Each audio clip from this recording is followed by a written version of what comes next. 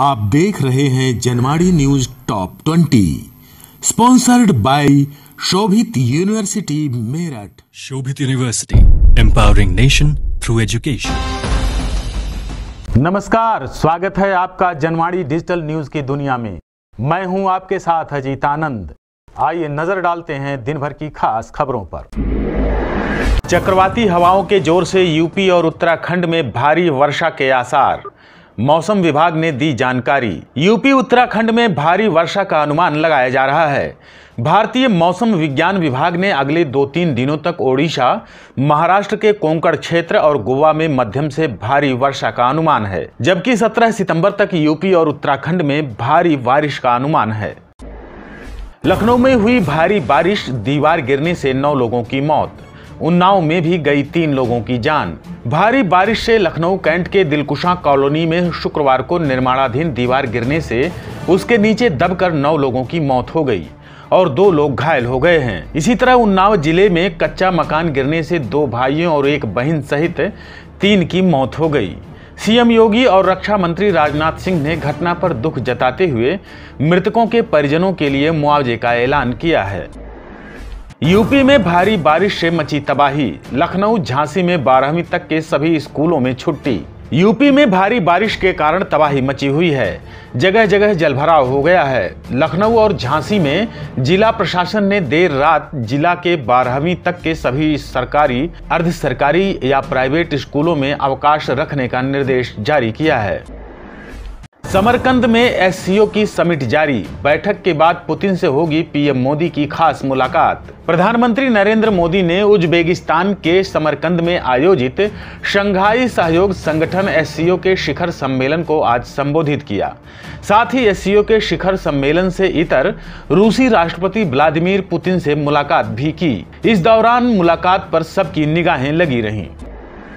35 दिन बाद भी नहीं आया हास्य अभिनेता राजू को होश, भाई दीपू बोले सभी की प्रार्थनाओं की जरूरत। हास्य अभिनेता राजू श्रीवास्तव की तबीयत में धीरे धीरे सुधार हो रहा है, लेकिन उन्हें अब तक होश नहीं आया है। दीपू ने बताया कि राजू अभी भी वेंटिलेटर सपोर्ट पर हैं, हालांकि उनकी हालत स्थिर बनी हुई है। बता दें कि पिछले महीने की 10 तारीख को दिल का दौरा पड़ने के बाद राजू श्रीवास्तव को दिल्ली के एम्स में भर्ती कराया गया था।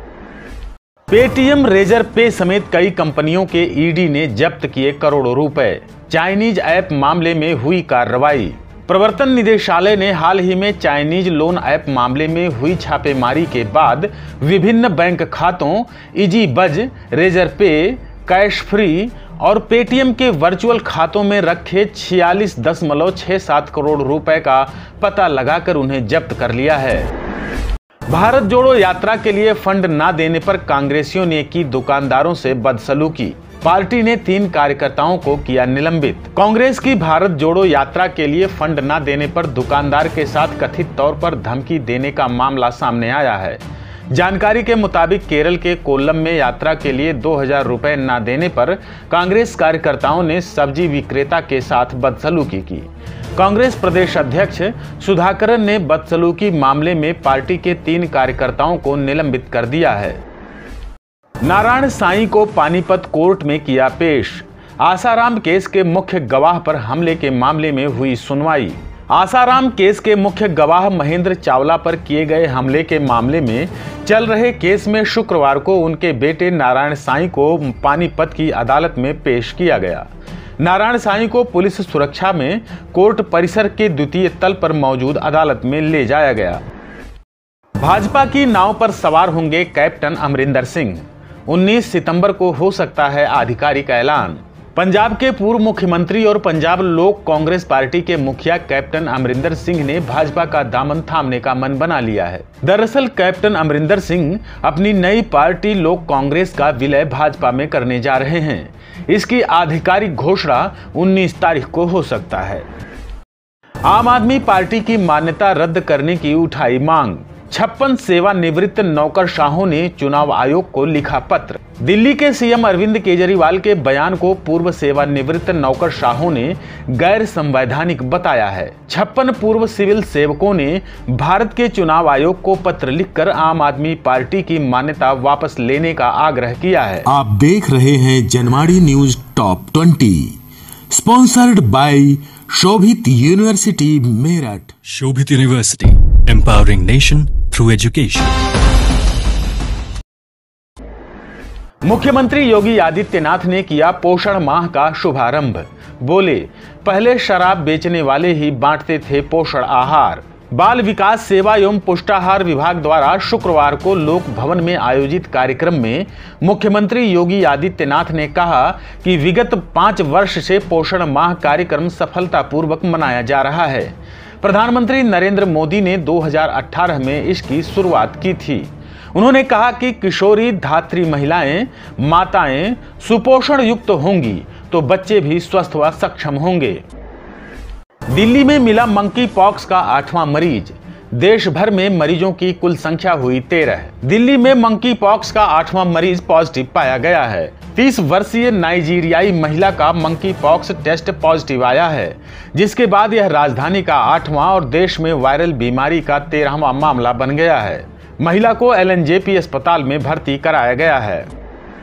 अब स्मार्ट स्कूल की तर्ज पर चलेंगे मदरसे, सुबह पढ़ेंगे बच्चे कुरान। उत्तराखंड वक्फ बोर्ड के चेयरमैन शादाब शम्स ने कहा कि मदरसों में स्मार्ट क्लास शुरू होगी। सुबह बच्चे कुरान पढ़ेंगे। इसके बाद सुबह 9 बजे से दोपहर 2 बजे तक सामान्य स्कूल की तरह कक्षाएं चलेंगी। छात्र छात्राओं को लैपटॉप व टैबलेट दिए जाएंगे। यमुना के उफान में फंसी महिलाओं को एसडीआरएफ ने बचाया, बेजुबानों को भी निकाला सुरक्षित। उत्तरकाशी में यमुनोत्री धाम से लगे बनास गांव की 2 महिलाएं यमुना नदी का जलस्तर बढ़ने से टापू पर फंस गईं। इस दौरान कुछ पशु भी यहां फंस गए। सूचना मिलने पर पुलिस व एसडीआरएफ की टीम ने महिलाओं और फंसे बेजुबानों को सुरक्षित निकाला। मुख्यमंत्री ने किया संकल्प दौड़ का फ्लैग ऑफ। प्रदेश वासियों से मिले प्यार का जताया आभार। उत्तराखंड के मुख्यमंत्री पुष्कर सिंह धामी ने आज अपने जन्मदिन पर प्रदेश वासियों का आभार जताया है। इस दौरान उन्होंने घंटा घर में संकल्प दौड़ का फ्लैग ऑफ किया। सीएम ने कहा कि उत्तराखंड को 2025 तक हर क्षेत्र में देश के अग्रणी राज्यों की श्रेणी में लाने के लिए राज्य सरकार कृत संकल्पित है। पश्चिमी यूपी में रुक रुक कर हो रही है बारिश। कई जगहों पर जलभराव, तालाब बनी सड़कें। पश्चिमी यूपी के जिलों में रुक रुक कर हो रही बारिश से मौसम सुहाना हो गया है। वहीं मेरठ शहर में मलियाना समेत कई इलाकों में भारी जलभराव हो गया है, जिससे लोगों को परेशानियों का सामना करना पड़ रहा है। आसपास के जिलों से भी भारी बरसात की खबर मिली है। नॉर्थ ईस्ट में उग्रवादियों को रास्ते पर लाए पीएम मोदी और अमित शाह। अचूक रणनीति से उत्तर पूर्व में मची आत्मसमर्पण की होड़।